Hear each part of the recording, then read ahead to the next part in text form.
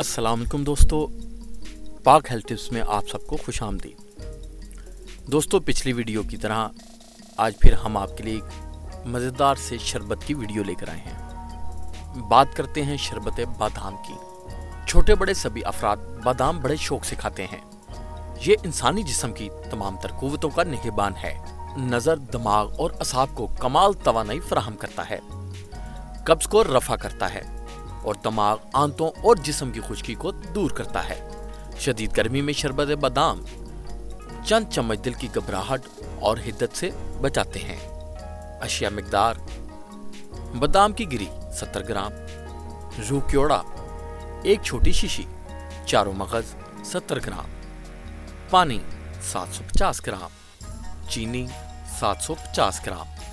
तरकीब: रात को सोने से पहले बादाम की गिरियां और चारों मगज अलग अलग भिगोकर रख दें और सुबह उठकर इन्हें बारीक पीस लें। अब इनमें पानी और चीनी शामिल करके एक देगची में डालकर चूल्हे पर रख दें और हल्की आंच पर पकने दें। जब शरबत जैसा क़्वाम तैयार हो जाए तो उतार लें और कुछ देर बाद अच्छी तरह ठंडा होने पर रूह क्योड़ा डाल दें और मजीद 10-15 मिनट तक पड़ा रहने दें और फिर इसके बाद किसी साफ सुथरी बोतल में भर लें। आप चाहें तो रूह क्योड़ा शामिल ना करें।